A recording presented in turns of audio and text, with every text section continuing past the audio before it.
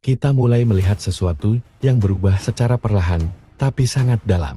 Bukan lagi tentang siapa yang paling kuat, tapi tentang bagaimana manusia seharusnya hidup.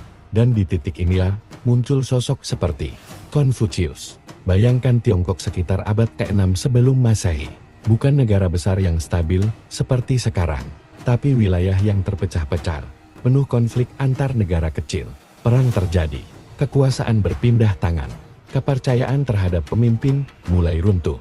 Di tengah kekacauan itu, Konfusius tidak datang dengan pedang. Ia datang dengan pertanyaan, apa yang sebenarnya membuat sebuah masyarakat bisa bertahan? Ia melihat satu hal sederhana, bahwa masalah bukan hanya pada sistem, tapi pada manusianya sendiri. Jika manusia serakah, maka hukum akan rusak. Jika pemimpin tidak bermoral, maka rakyat akan kehilangan arah. Maka Konfusius tidak mencoba mengubah dunia dari luar. Ia mulai dari dalam. Ia mengajarkan bahwa segalanya dimulai dari diri sendiri.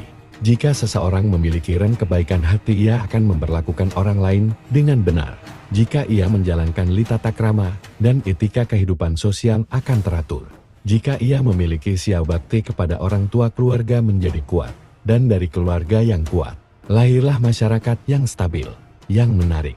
Konfusius tidak berbicara tentang dewa, surga, atau kekuatan gaib secara dominan. Ia berbicara tentang sesuatu yang lebih dekat, perilaku manusia. Baginya, harmoni dunia bukan datang dari langit, tapi dari bagaimana manusia menjalankan perannya. Dan disinilah kita melihat perubahan besar dalam sejarah.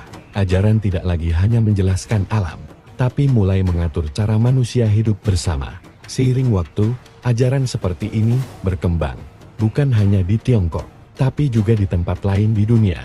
Siddhartha Gautama mengajarkan cara mengatasi penderitaan. Tradisi-tradisi lain mulai membentuk aturan moral dan spiritual.